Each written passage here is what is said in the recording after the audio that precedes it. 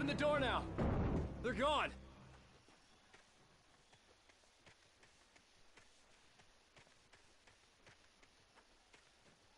Hey, Al. I'm sorry for thinking you were having a psychotic episode, man. I sent Barry to the town to ask around about a man fitting the kidnapper's description. He'd go through the archives of the local paper. Perhaps he could learn something. Anything about the island and the cabin that had disappeared.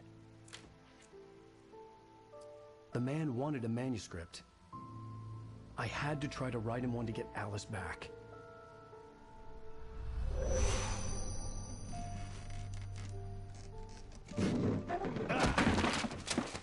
For me, the supernatural had always been nothing but a metaphor for the human psyche, a tool to use in writing fiction. Now, it was happening for real, and I couldn't put a single word on paper.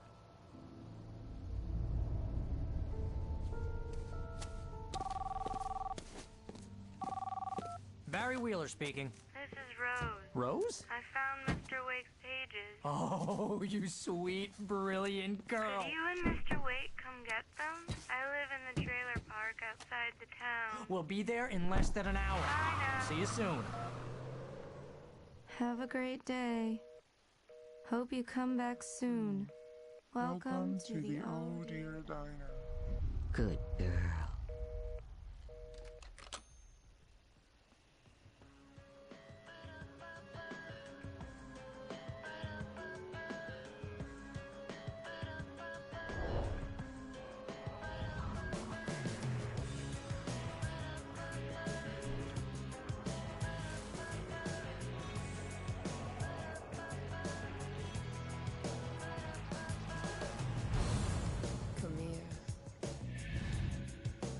Pretty please, can you tell me where I am? You, won't you say something?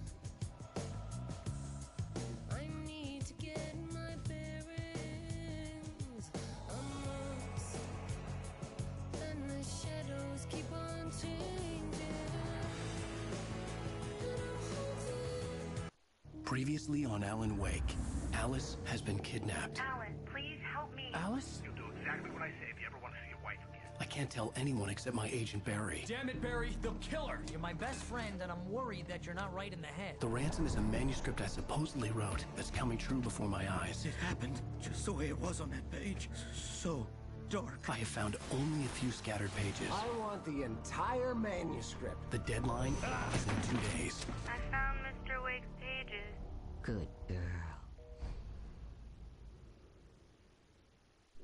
How the hell did she get her hands on the manuscript anyway? I don't know. She's resourceful. I told you were too hard on her. Listen, I found out all sorts of interesting stuff while I was digging around. Yeah. Mr. Wake, it's Sheriff Breaker. We have an FBI agent here, Agent Nightingale. FBI? He's anxious to see you. You'd better come to the station. Okay, I'll be right over, Sheriff. Let's make this quick, huh? Help you folks? Name's Randolph. I'm the manager. We're looking for Rose. Works as a waitress down at the diner? Rose, sure. Nice girl. Who wants to know? I'm Alan Wake. The writer, huh? I heard on the radio you were visiting. Well, I'll show you her trailer. That Rose, she's a nice girl. Always pays her rent on time. As I was saying, Al, I found all sorts of weird stuff from the local newspaper's archives. This place is crazy. Disappearances, mysterious deaths, urban legends come true, and, get this, most of this stuff takes place around Cauldron Lake. Well, you ain't wrong, mister. The Indians thought the lake was a doorway to the underworld. I'm the God-fearing type myself. I don't hold with that sort of thing. Yeah, okay. Anyway, there was an island there owned by a guy called Thomas Zane. Now, some of the articles I found about him make him out to be a famous writer, but I ran a bunch of searches, couldn't find a single thing he wrote. Zane was heavily into diving, so much so that the place came to be called Diver's Isle. But the volcano under the lake erupted in 1970, and Zane went down with the island.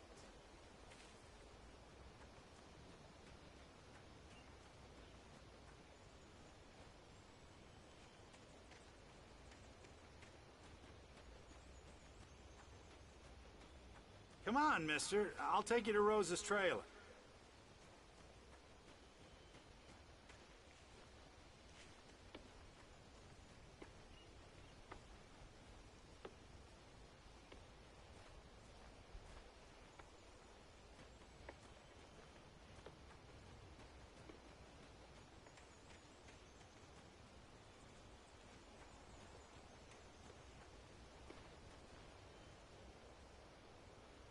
Just follow me.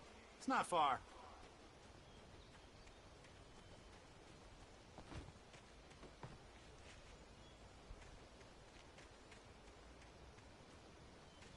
Listen, I got things to do. This place don't run itself.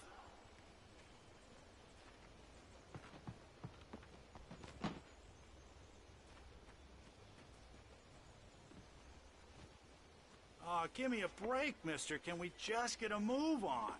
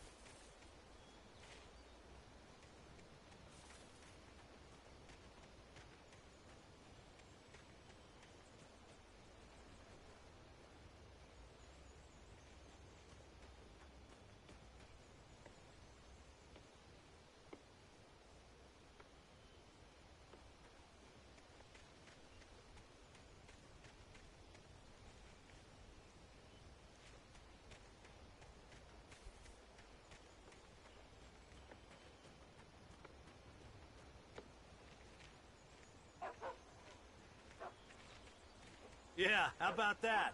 It was there in the morning, as if it had fallen from the sky. But it would take a tornado to lift something like that.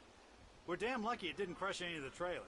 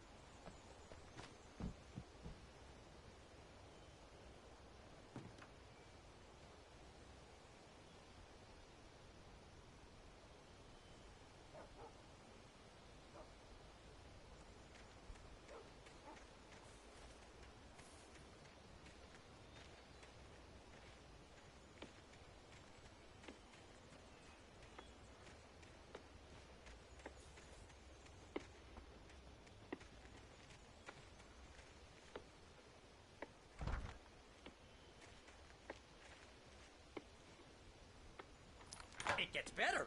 A local girl, Barbara Jagger, drowned in Cauldron Lake just a week earlier. They were lovers. Sure, Jagger's a local spook store. The Scratching Hag comes for you in the dark. Childish stuff like that. Anyway, Al, I'm just getting to the best part. All of the articles about this stuff were written by Cynthia Weaver. I asked around, and she's that crazy bag lady you met. What, the lamp lady? She can be a little loopy, but she's not homeless. Yeah, anyway, she knew both Jagger and Zane before they both died, and she had some kind of a breakdown.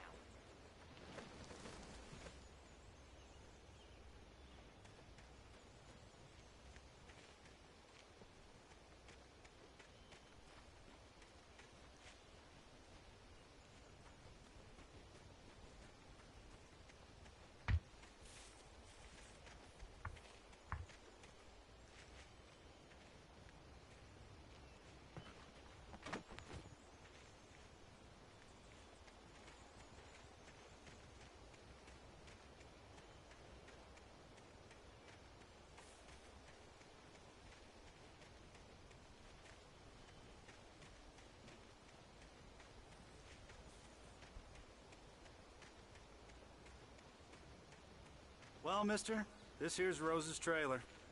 You mind me asking what you want with her? We're just here to talk to her, pal.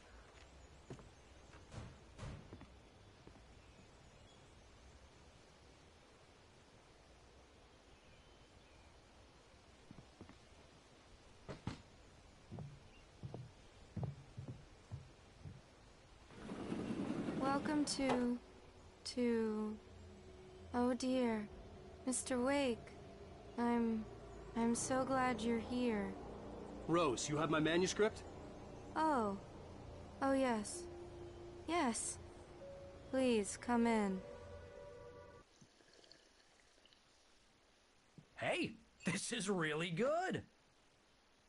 Rose, Yes, my manuscript. I really need it. I understand. I know what you need. A muse to inspire you. Oh, for Barry? She doesn't have anything. Yeah, hey, Al?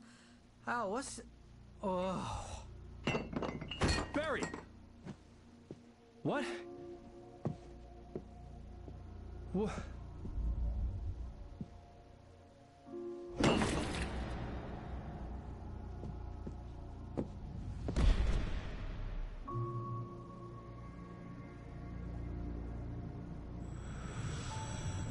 It's coming for you, hiding in my barber's skin. I'm too weak to stop it. You must turn the lights on. I promised I'd come visit you and your lovely wife. You must finish what you started. I insist. You must turn the lights on. Turn the light on. Back to work, boy.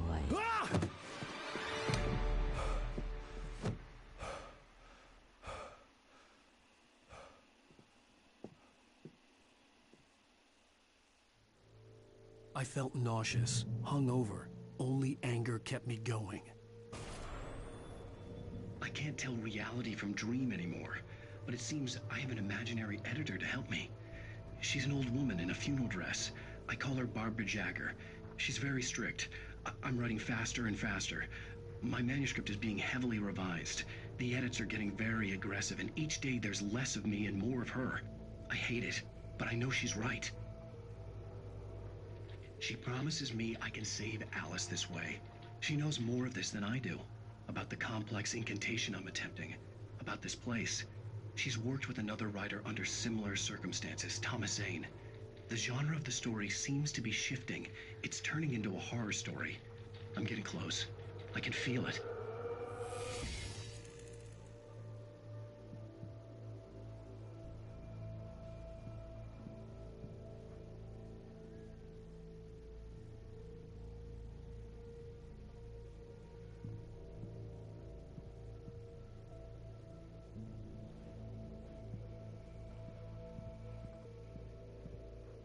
Rose took a day from me. I had less than 12 hours left to meet the kidnapper.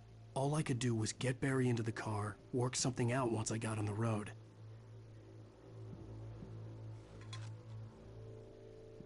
Welcome to the Oh Dear Diner. What can I get you today? Coffee? I couldn't work up much hate for Rose. Something had used her to get to me and left its mark. First refill is free. Milk and sugar on the counter there.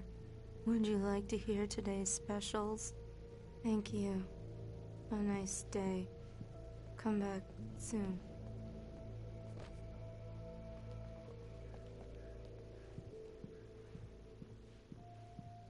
Barry was out of it. He was way too heavy to carry.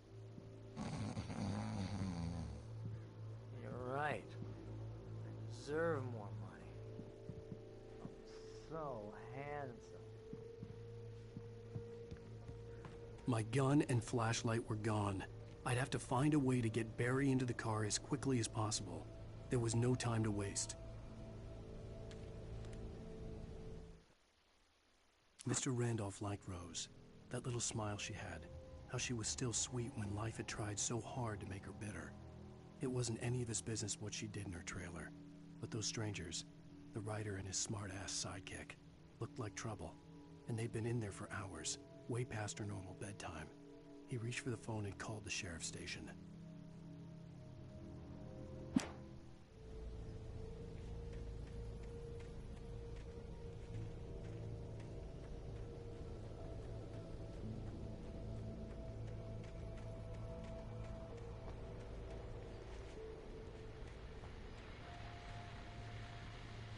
I just stepped outside to catch a breath of fresh air, and let me tell you, the weather's getting heavy.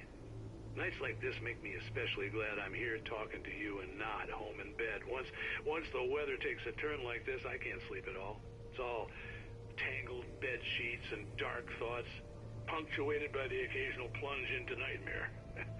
Is it just me? Well, perhaps it is. But I hope I can make the night a little bit easier to get through. Caller, you're on KBF FM. Hey, Pat, it's Walt Snyder. What's on your mind, Walt?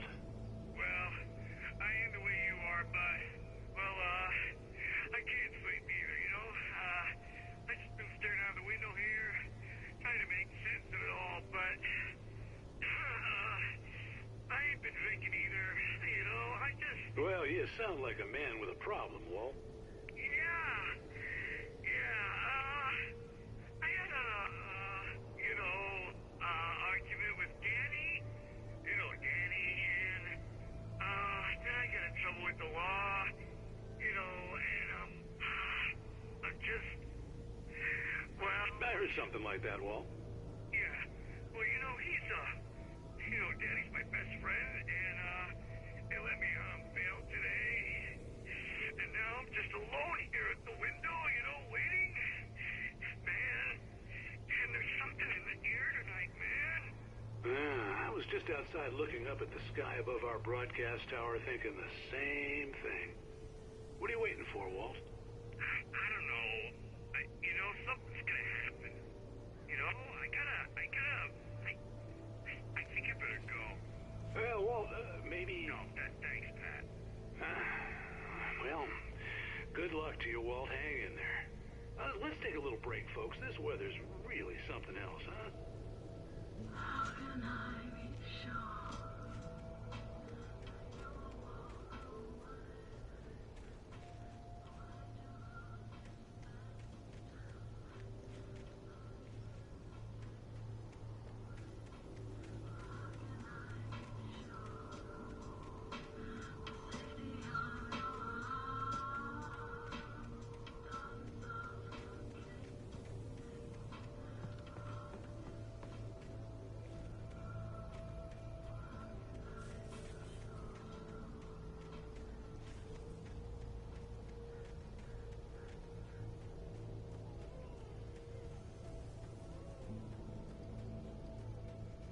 Oh, you're gonna get it now. God knows what you've done to that poor girl. This is Agent Nightingale, FBI! Get him up, Hemingway! You're under arrest! You move a muscle, I'll unload right in your goddamn face! Stay right where you are, Spillane!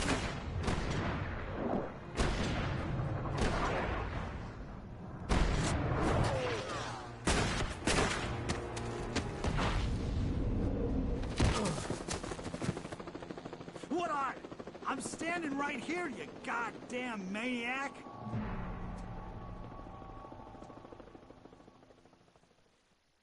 I hated to leave Barry behind, but there was no way I'd miss my appointment with the kidnapper. Give it up, Mr. Wake. Come on.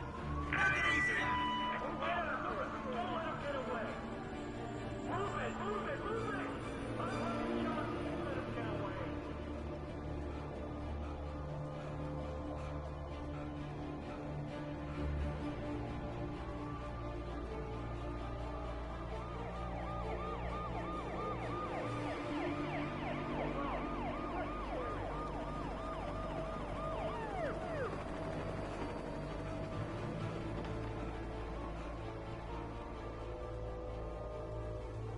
Stop running! We have the suspect in sight! Okay, men.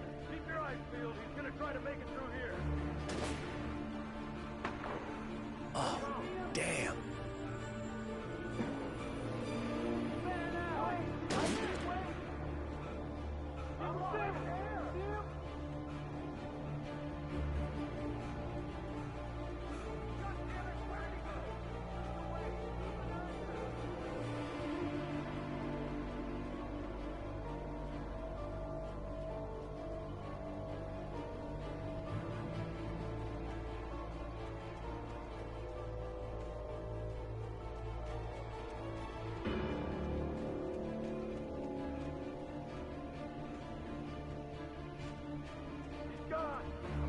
guys. We need to head him off. For decades, the darkness that wore Barbara Jagger's skin slept fitfully in the dark place that was its home and prison. It was hungry and in pain.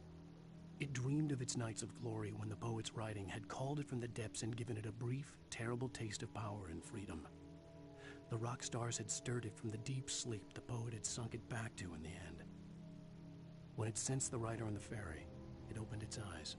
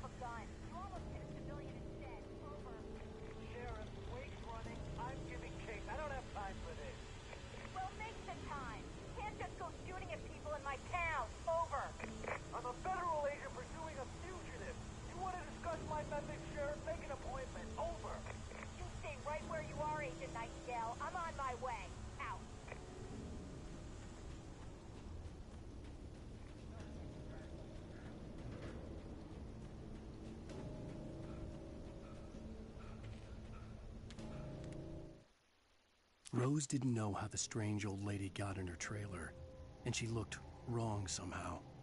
The woman showed her teeth in an approximation of a smile and traced a finger down Rose's cheek. "Pretty girl," she said. Rose felt as if she was falling asleep, but her knees didn't buckle. The crone spoke in a whisper, her words ice cold and dark in Rose's ear.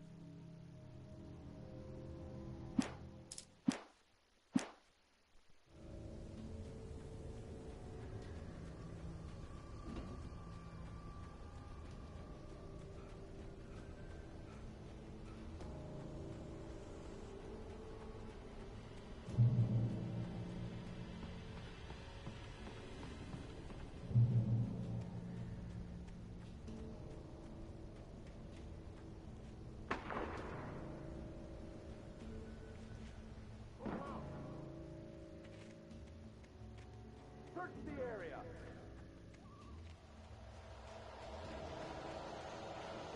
Stay sharp. This way. Over here.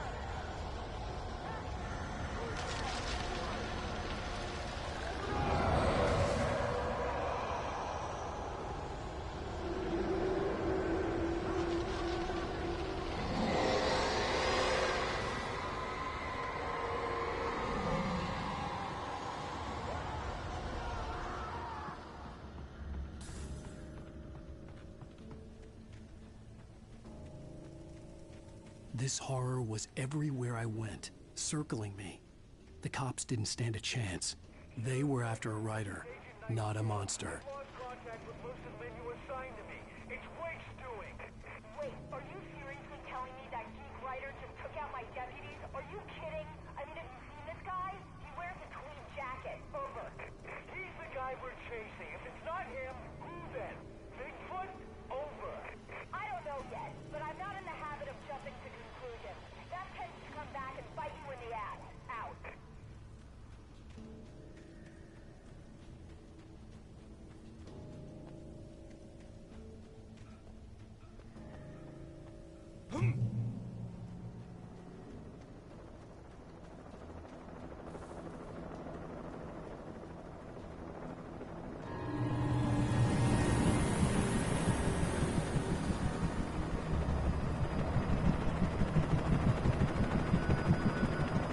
You on the ground. Hold it right there. There's nowhere to run. Freeze!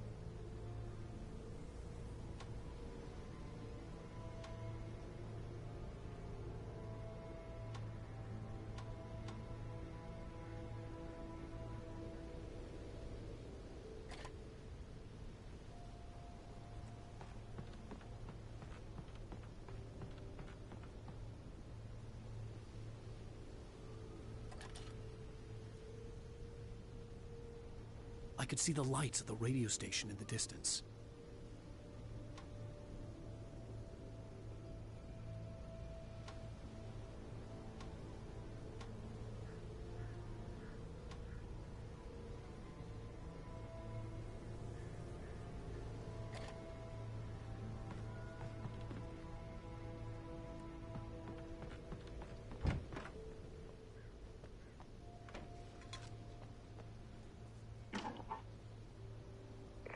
This is James. Mulligan, Thornton, come in. Over. Thornton here. James, we got both Wheeler and Rose in custody. They didn't put up a fight or anything. Why, they were... Hey, Mulligan, what are you... Come on. Sit down and give me that. James, Mulligan here. Over. Go ahead, Mulligan. Over. We got Wheeler and Rose here. Wheeler's drunk or hopped up on something. Speaking of which, that Fed had a pretty distinctive whiff of Otis Scotch about him, if you know what I mean. Over. I don't have anything on that, Deputy Mulligan. Over. Well, whatever. Anyway, Rose is just being plain weird here. You better get Doc in to take a look at both. Over. Gotcha. You better get them here quickly. The, Fed's gonna want to interview Wheeler. Over. Oh, yeah, I'll bet he does. Looks like they have a lot in common. Mulligan out.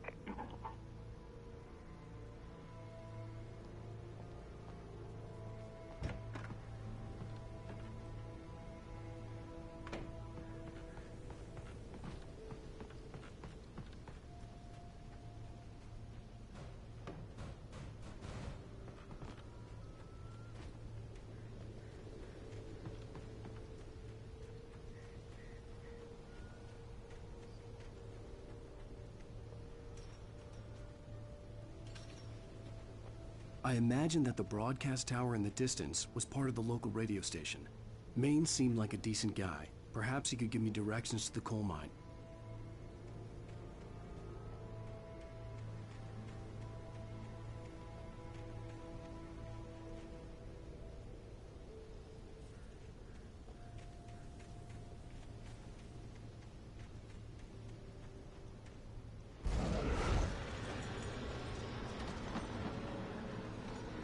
Unnatural shadows clung to the gate. The darkness that was after me was trying to stop me. I wouldn't get through without a light.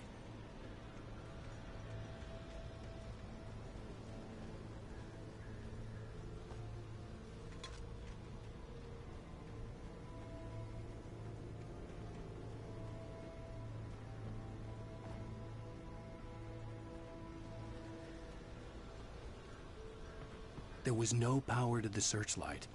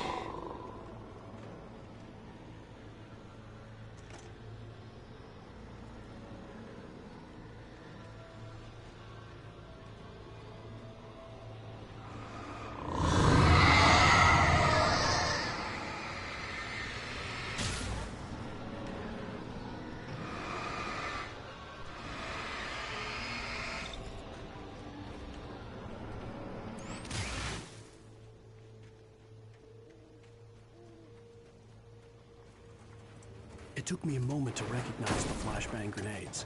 They were an ideal weapon for my situation. Team 1, come in. Over. Team 1, this is Sheriff Breaker. Report. Over.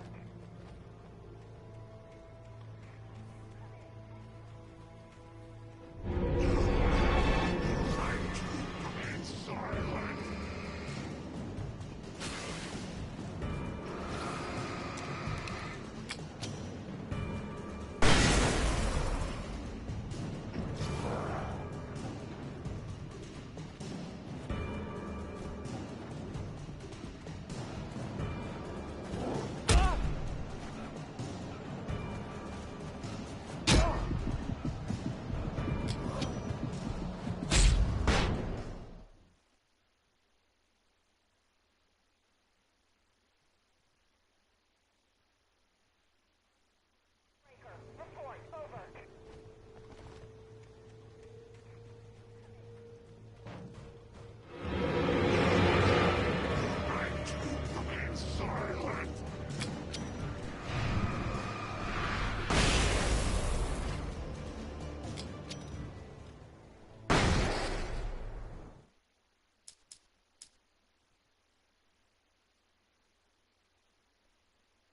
Breaker. Report. Over.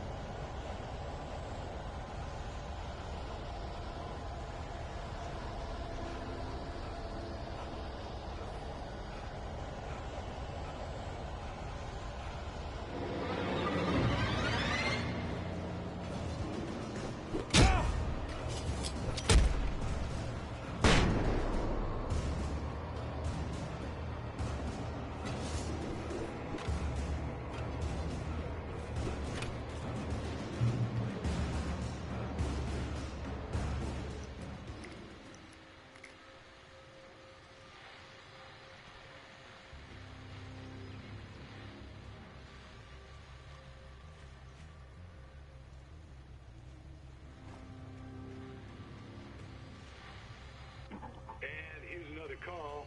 You're on KBF-FM with Pat Maine. It's Milt Peabody, Pat. What's on your mind, Milt? Well, I live near the trailer park, Pat, and there's a big ruckus going on over there. Well, that's just up the road from me, too. What's going on, do you know? I don't know, but there's a bunch of police cars there, lots of sirens, a helicopter buzzing around, and I think I heard some gunshots. Gunshots? Yes, sir, like from a pistol. So can you find out what's going on? Because it's just next door and they're popping off guns there. They're still shooting? No, it was maybe 10, 15 minutes ago. It sounds serious, Pat. I'm telling you, it don't sound like no party. I'm certainly going to give the station a call, Milt. Okay. You'll hear it here as soon as I hear from them. Okay, thanks.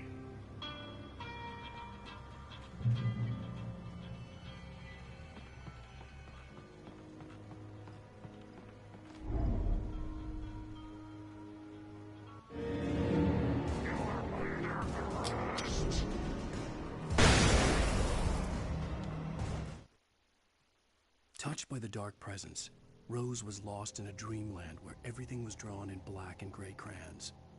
The old lady had promised her that all her wishes would come true. She would be Alan Wake's muse. She was smiling so hard it hurt her face. She crushed a bottle full of sleeping pills into the coffee. Deep down inside, she was screaming in terror.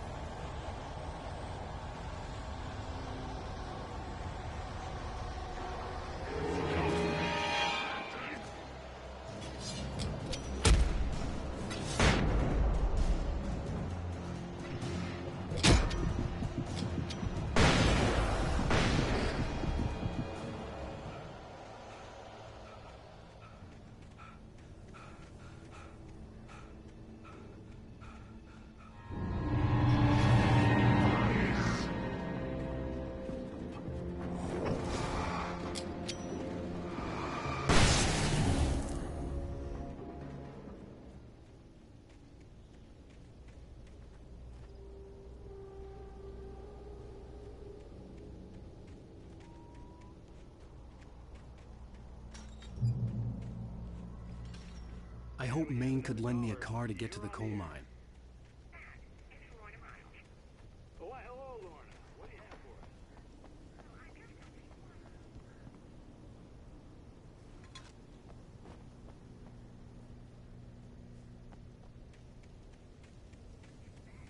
The sheriff should be helping us normal citizens instead of wasting resources on those people. Well, They'll have to try to sort themselves out. I'm sorry, but my granddaddy settled in Bright Falls in 1911. well, thank you very much for that compassionate viewpoint, Lorna.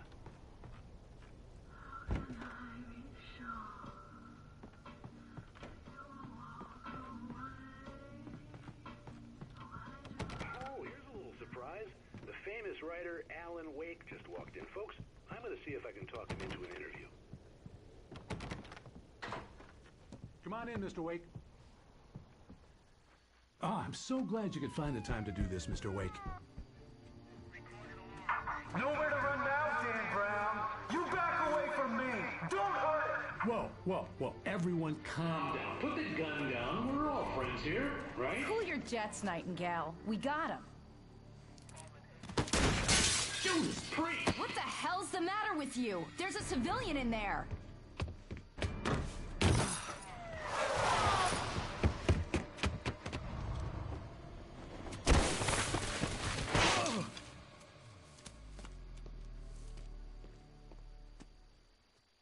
I'll get you yet, even if it kills me. You hear me? You hear me, H.P. Lovecraft? I had fallen off so many cliffs it was ridiculous. That's what you get for naming a book The Sudden Stop. It was probably good I hadn't had the chance to tell Maine where I was going. I'd have to lose the cops and find my own way to the mine. Nightingale stared through the broken studio window into the dark woods. He turned around, started to walk out, but Maine grabbed his arm. "Young man, you almost shot me. You don't shoot off rounds at people like that. What's the matter with you?" Nightingale shook his arm free, marched out. His cheeks burned with rage and humiliation.